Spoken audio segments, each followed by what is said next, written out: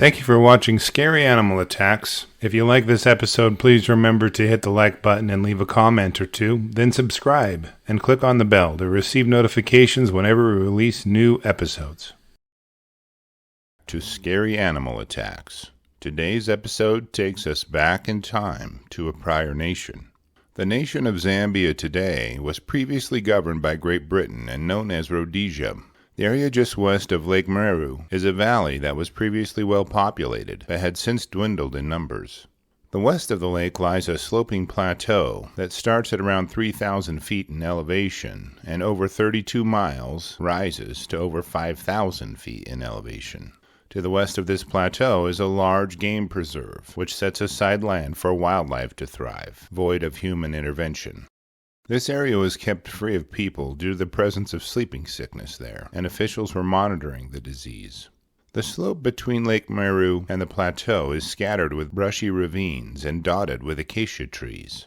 The grasses growing in the flat areas are several feet tall in summer season, and can completely conceal most animals here. If you know how predators make their living, then you'll know that they use transition areas to ambush their prey.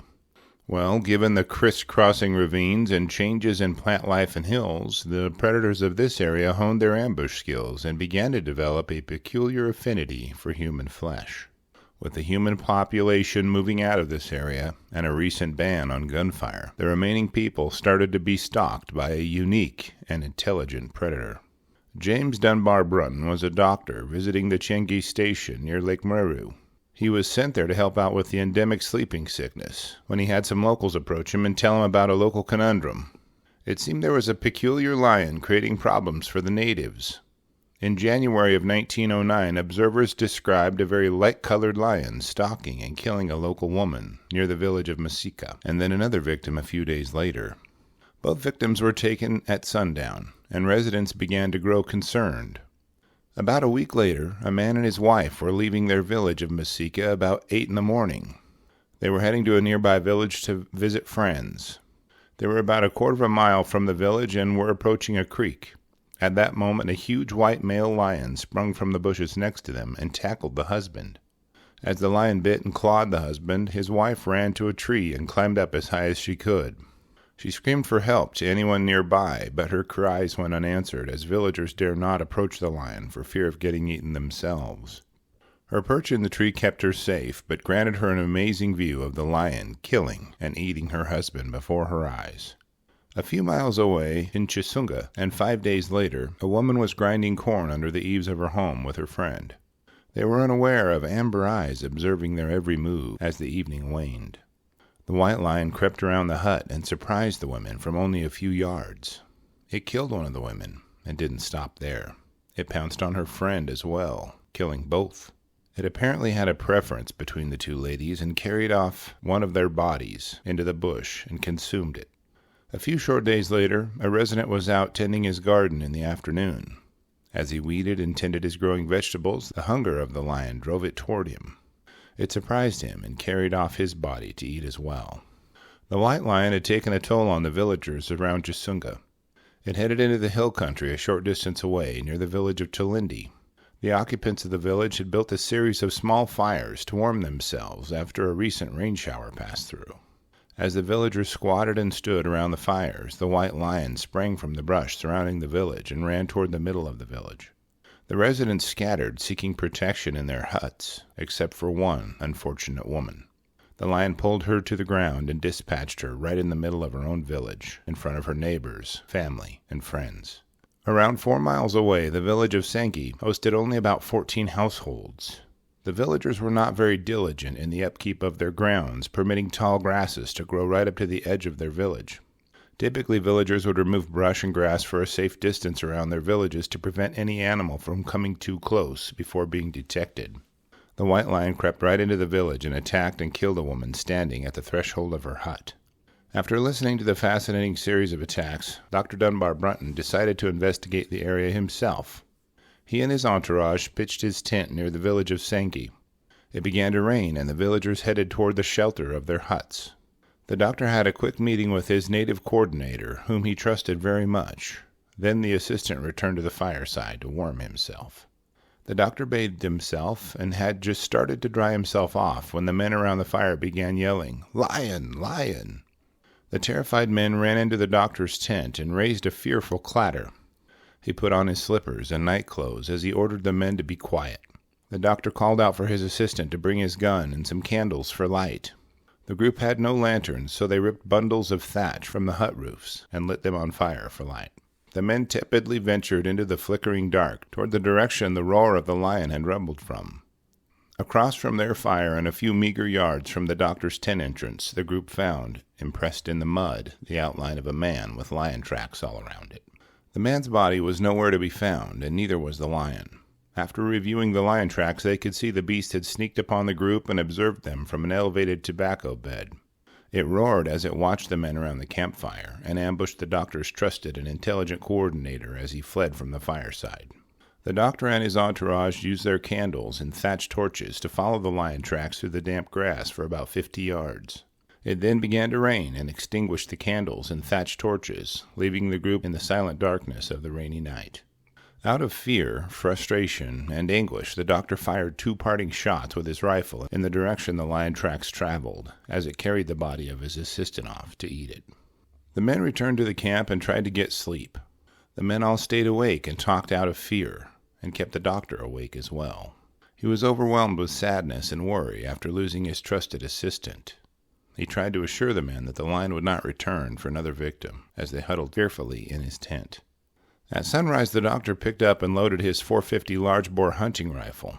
This rifle fires a bullet about the size of the end of your pointer finger and can kill any animal in Africa.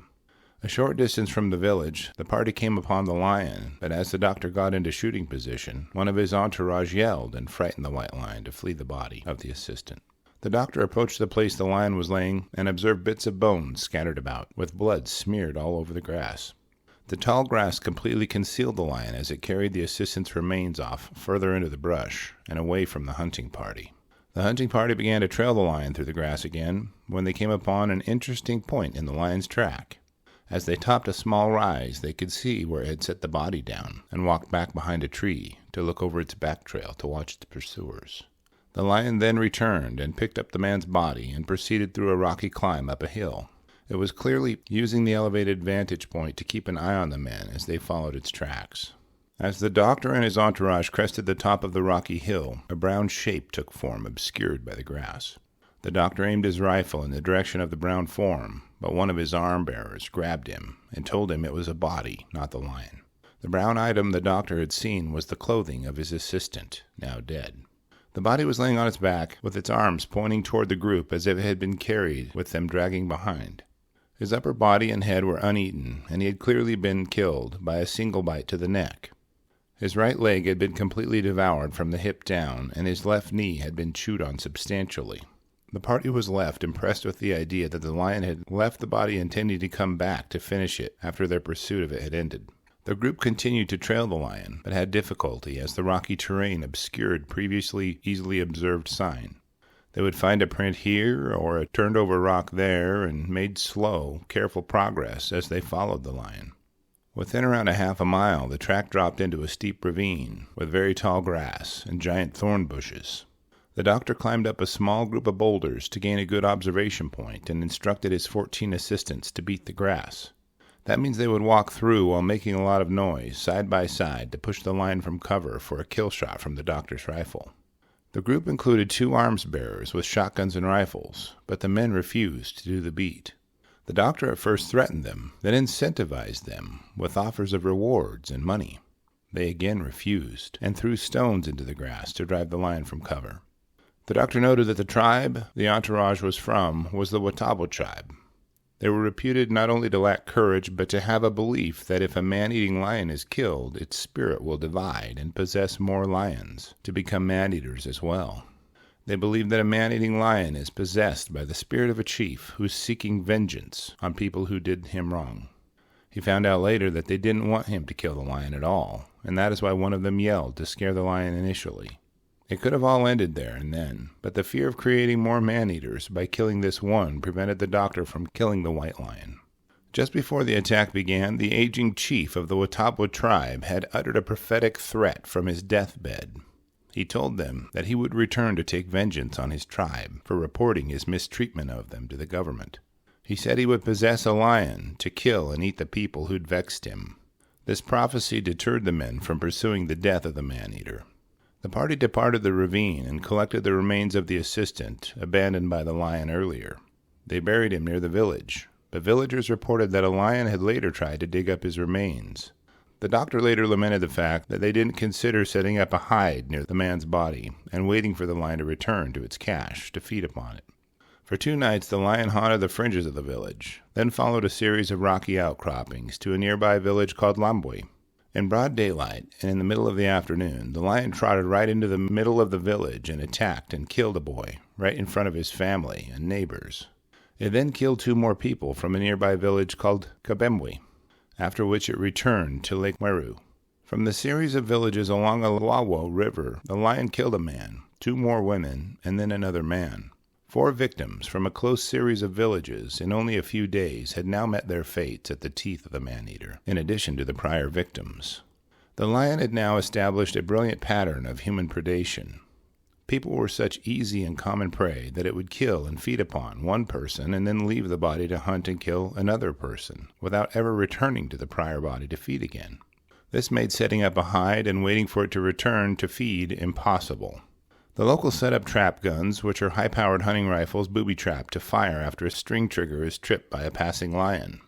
They also set out poisoned meat, but these tactics only led to the deaths of a few hyenas and leopards, but not the sought-after white lion. The locals hid themselves away in their huts, preventing any attacks over the next 4 days. They would emerge well after sunrise, knowing the likelihood of being surprised by the lion would be diminished, but not completely eliminated by doing so. This forced the lion to move on about 10 miles to a nearby village called Shuriwari, where it killed a sick woman living on the edge of the village while she sat at her door. The white lion then returned to Sangi to seek more human prey there. The villagers saw the lion tracks in the soil of their village and immediately locked themselves up safely in their mud huts. In the early morning, just after sunrise, the lion charged right into the middle of the village and killed a man with a single blow from its massive paw. The villagers yelled and drove the lion away from the village. The lion then ranged down toward the Kalungwashi River, where it killed several people, even while they walked along the busy main road. The villagers again set out trap guns, but they were fruitless to stop the man-eater.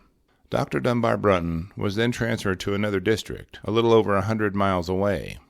Back at the government house in Chiengi, the workers there had ended their shift for the day and had headed back toward their nearby huts.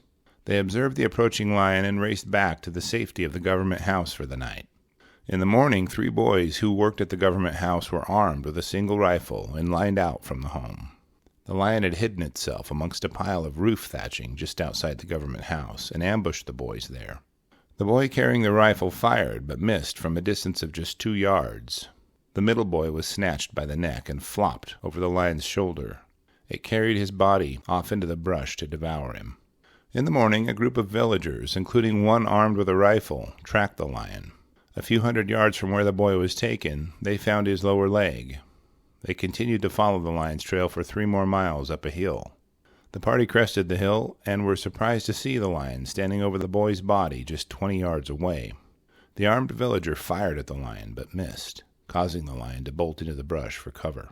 After the lion continued to terrorize the villagers along the Kalungwashi River, Dunbar Burton accepted an opportunity to return to the area. He was helping out with the endemic infections of sleeping sickness there and was enjoying eating lunch in the shade of a tree at the time. A village chief approached him and told him the lion had laid siege to his mud hut the night prior, while he, his wife, and his baby hid inside. He indicated that the lion had attacked the door and caved in a portion of the mud walls around it. It had reached into the hut with its paws initially until it finally opened up the wall enough to get its head inside. At that point, the chief's wife had pulled burning firewood from the fire and beaten the lion about the head, forcing it to retreat for the night. The family had a restless night without sleep, but the lion did not return to attack them again that evening. The chief's family and most of the villagers in the area were unarmed. The doctor instructed the chief to purchase some spears from a neighboring city. The following night, the lion killed another villager. Next, it attacked another mud hut, utilizing the same wall-breaking strategy it used to terrorize the chief and his family. This time the occupants had metal-tipped spears, and as the lion tore through the mud wall, they stabbed their spears into its neck. As the occupants drove the lion away, it retreated with one of the spears protruding from its neck. A short distance away from the hut, the lion pulled the spear from its neck with its teeth. The spear was found the next morning by the occupants with teeth marks for proof. This confrontation bought the area 2 days of peace, as the lion recovered hidden amongst the bush somewhere nearby. Authorities from the area sent out a professional hunter who set up trap guns on trails entering or approaching the village. This hunter used poisoned meat and placed sheep carcasses as bait. Upon returning to the village of Tawashi, Dr. Dunbar Burton found a large pool of blood in the road and was happy to hear that the trap gun had successfully wounded a lion. But was it the white lion that had been terrorizing the area? He learned that the villagers raced to the trap gun after hearing the report from the gun to observe the lion staggering away from the trap gun location. The professional hunter then followed the lion track for 5 miles into very thick bush, where he discontinued the pursuit for fear of being too close to confront the lion safely. This brought in a 6-week period of peace, as there were no more attacks in the area. Near the village of Kalembwe, 3 men were suddenly killed in quick succession of each other. The hopeful thought that the lion had died from its gunshot quickly disintegrated with the killings. The white lion had apparently returned with a vengeance, its white appearance confirmed by many observers of the attacks. The injuries of the lion definitely made it more aggressive toward the villagers. One day it charged into Chingi Station, sending the residents scattering into the buildings for safety. It laid outside of the carpenter's house and roared loudly as its hunger pangs drove it to find food. A few days later it returned to the station and stalked upon men relaxing on the veranda. An armed villager fired at the lion and again wounded it, but it fled back to the safety of the brush before it could be killed. As it left the Chingi Station area, it would claim a few victims from nearby villages. One day it charged into a village near Chiengi in the middle of the afternoon and killed the chief and his brother while they warmed themselves near a small fire on the side of the road. Within a few days, the white lion and a few others stormed through Chiengi at night and tried to break into houses several times. They even leapt over a wall surrounding the commissioner's house and paraded around his courtyard, roaring loudly, but could not take any human prey during these raids. This prompted a visit by another professional hunter, and while he waited for the lion to appear, a man was taken not more than 100 yards from his hunting stand. The hunter and his aides placed trap guns along every path in the area. The guns had strings that were stretched across the trails, and when a passing animal would pull the string, it would fire the gun. The following night, one of the trap guns shot the white lion right through the ear, killing him instantly. Another trap gun had wounded a second lion, who was hunting with the white lion, but this lion had escaped into the brush, severely wounded. The villagers of the area boisterously celebrated the death of the white lion who had so terrorized them. The lion was inspected and was noted to be old and in too poor of shape to pursue its normal prey. The lion had several scars and wounds in various states of healing. In its stomach were found the toenails of some of its recent victims.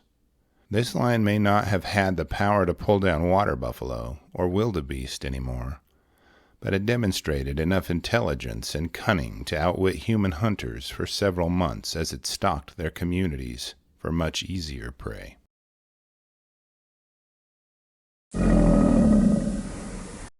Welcome back to Scary Animal Attacks. Today's episode takes us to the beautiful backdrop of Lake Victoria, Uganda. Just east of the Rift Valley lies the portion of Uganda that abuts the northwest corner of Lake Victoria, which shares its shores with 3 nations. It is the second largest freshwater lake in the world, and the area around it has a tremendous amount of biodiversity in the plants and animals as well. This area varies from around 2,200 to 3,500 feet in elevation and has rifts and hills throughout it as it approaches the lake. It is bushland primarily, with acacia trees dotting the hillside and interrupting vast expanses of savanna. The common animals here are hippos, elephants, Cape buffalo, reedbucks, and waterbucks. The dominant predators in the area include leopards and lions, but lurking just below the surface of the lake's waters is a particularly dangerous predator. In 1991, residents of the area began to go missing. Villagers around the lake frequently made their living by fishing or some other means involving the lake or its shores. It isn't rare for people to die by falling into the lake from their boats and drowning, but some of the victims were little kids. They were playing on the shore of the lake and were suddenly gone. There were frequently no witnesses to anything unusual. Then fishermen started to disappear. They would go out early in the morning on the lake, like they did every day, and never return. Reports started to trickle in from people who were in the area when someone would disappear of a giant Nile crocodile swimming nearby. It was enough to rouse suspicion when they noticed that many of the disappearances occurred around the giant crocodile's haunt in an area that became known as the butchery. Nile crocodiles are amazing survivalists. Large crocs can go up to a year without eating, and when they do eat, they completely digest nearly every part of the animal they consume. A 500-pound zebra can keep a large Nile crocodile alive for the entire year. They can consume about half of their body weight in one sitting. An interesting trade-off happens in a croc's life as it grows. The prey it targets tend to be slower than the prey smaller crocs can pursue due to the limited speed and agility of a large croc. They begin to primarily target larger mammals at this point, especially vulnerable ones. They stalk lions and leopards, but the cats are so quick that they're seldom caught.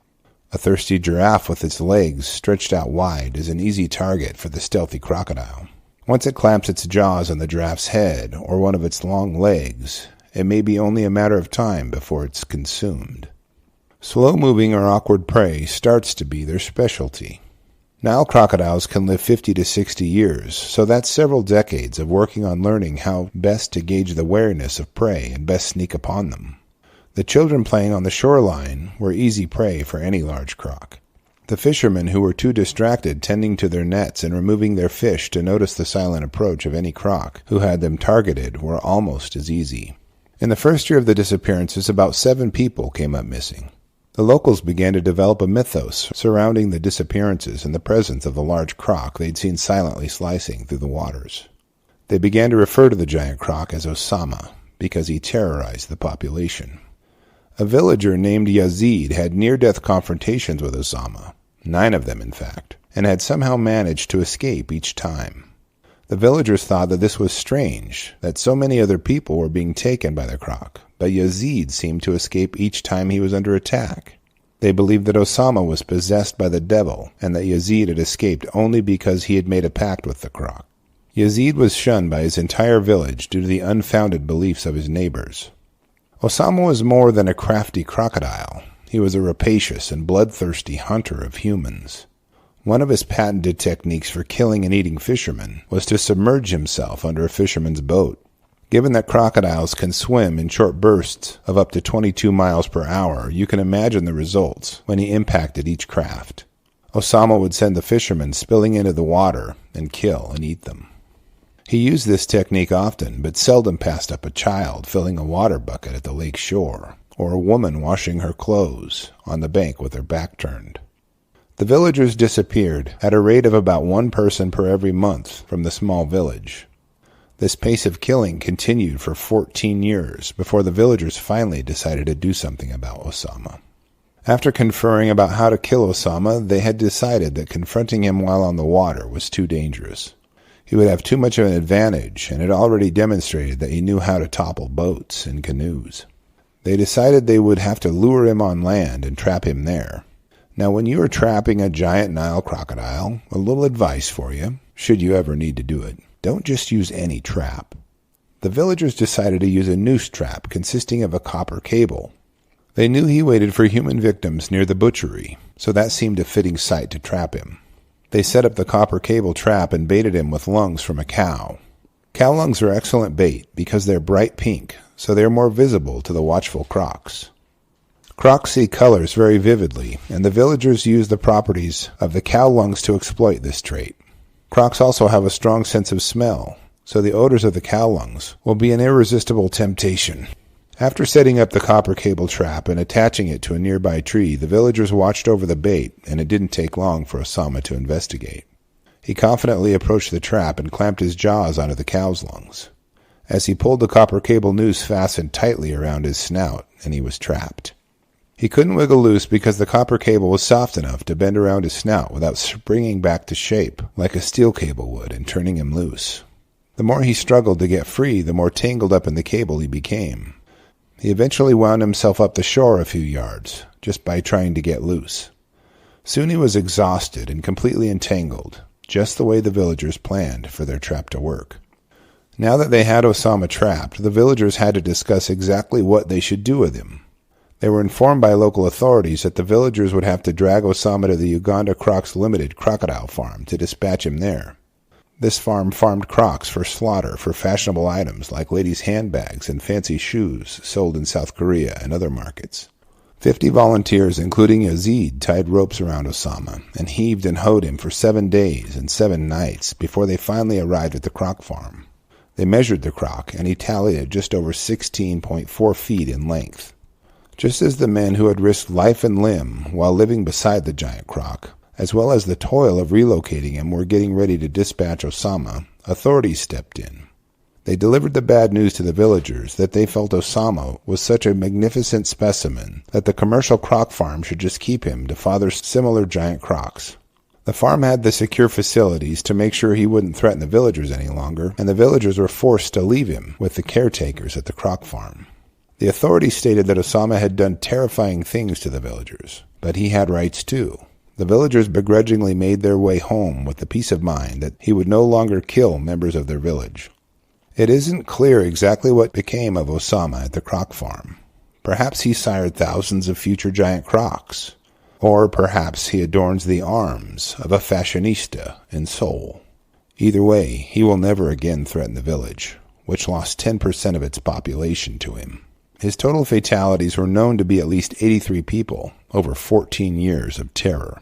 After reviewing the facts of this episode, I'm left with a few questions.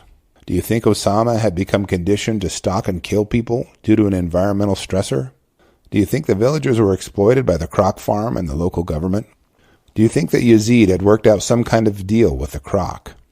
Finally, what is the likelihood of one of Osama's hatchling offspring sneaking his way through the chain-link barrier and into Lake Victoria to avenge his father's death? I'll enjoy reading your thoughts, so please post them in the comments section and let's talk about it. Welcome back to Scary Animal Attacks. Today's episode takes us to the greatest symbol of the wilds of Africa, Kruger National Park in the nation of South Africa. It consists of nearly 5 million acres and is the largest national reserve in the nation. In the southern regions of the park, there is an area called Crocodile Bridge. This area is a mixed woodland with silver cluster leaf, kiat bloodwood, bush willow, and rock fig trees. Thorn bushes of the area include acacia, knob, and blackthorn bushes, providing nearly impenetrable protection for animals seeking it. Fine thatching and yellow thatching grasses screen the animals and fade to yellow during the dry seasons. On April 1, 2019, 5 local men decided to infiltrate the park and seek an endangered black rhino to poach. The goal of the poachers is to find a rhino with at least one of their 2 horns long enough for them to make money when they remove it and sell it on the black market, typically Asian folk medicine markets.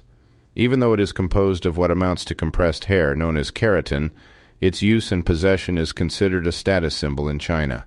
It is ground into a powder and believed by practitioners of traditional Chinese medicine to cure maladies ranging from a cure for fevers to hangovers, even though Western medicine has proven it to have absolutely no health benefits whatsoever.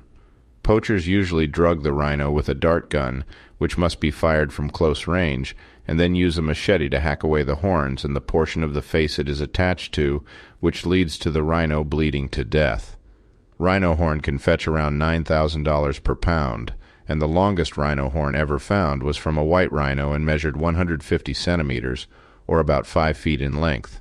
When allowed to grow, the white rhino horn grows about 7 centimeters each year. Given that every rhino species has a great sense of smell but terrible eyesight, poachers simply have to mind the wind, and they can get quite close to them very easily. After arriving in the park, the poachers set out to scout the area for a rhino with a horn large enough for them to earn money on the black market. As they surveyed the area, moving from one small opening in the bush to another, they had caught the attention of a very large and hostile elephant. As the poachers looked ahead of them, a gigantic elephant charged one of the men. As the men panicked, they ran in different directions, but the elephant trampled one of the men, whom we will call CK. As the poachers watched the elephant, they could see CK being crushed under the massive feet of the several-ton pachyderm.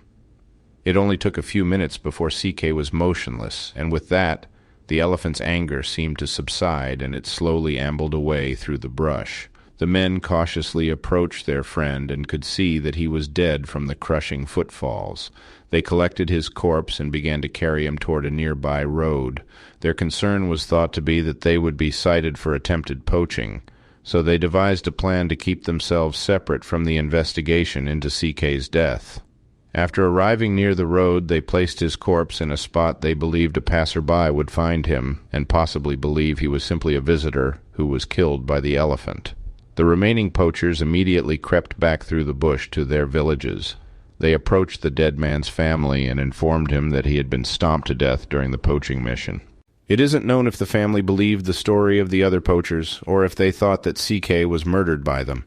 They ended up taking their questions to the local police and requested help in finding and recovering CK's body for burial. Park rangers sent out foot patrols to search by ground, as well as search the area by aircraft. Their efforts were blunted by the cloak of darkness that nighttime brings. They dedicated themselves to returning the next day to resume the search. On April 4th, the searchers finally found CK's remains. There wasn't very much left of his corpse, as it had apparently been found by a pride of lions, who promptly and nearly completely consumed his remains. The recovery team managed to collect the man's skull and a pair of pants. The lions had consumed the rest of his body. The authorities promptly arrested the rest of the poachers and charged them with being suspected of poaching. Glenn Phillips, who was the managing executive of Kruger Park, stated that entering the park illegally and on foot is not wise and is very dangerous, as this incident proves. He also expressed condolences to CK's family, and that it was hard to see his daughters crying over the passing of their father. There are estimated to be around 20,000 wild rhinos in South Africa, which is more than 80% of the world's population. More than 7,000 rhinos have been hunted, and 1028 poached since 2008. Park officials indicate that in the month of July, 3 men were killed by lions while attempting to poach rhinos there. Thank you for watching Scary Animal Attacks. If you like this video, please consider hitting that like button and clicking on the bell icon to keep you notified of our latest video releases. Sharing our video links on your social media might help save a life and spread the fun. As a member of our human network, be careful out there, because you don't want to end up on an episode of Scary Animal Attacks.